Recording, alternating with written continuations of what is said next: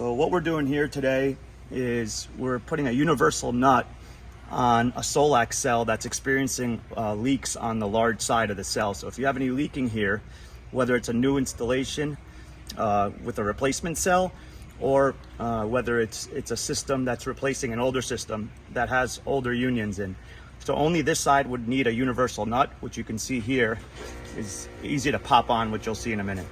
So we're gonna start off by taking off the existing cell, leave the nut as you see here, and on the other side we're gonna remove the cell.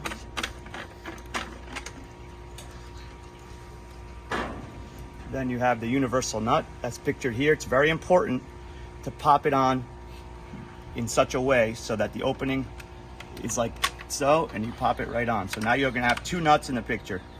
You're gonna take your new cell with the large side on the same side it was on, make sure your O-rings are in place. You're gonna tighten the new nut in place and tighten your existing nut on the other side. It's only one side that you need to replace the union.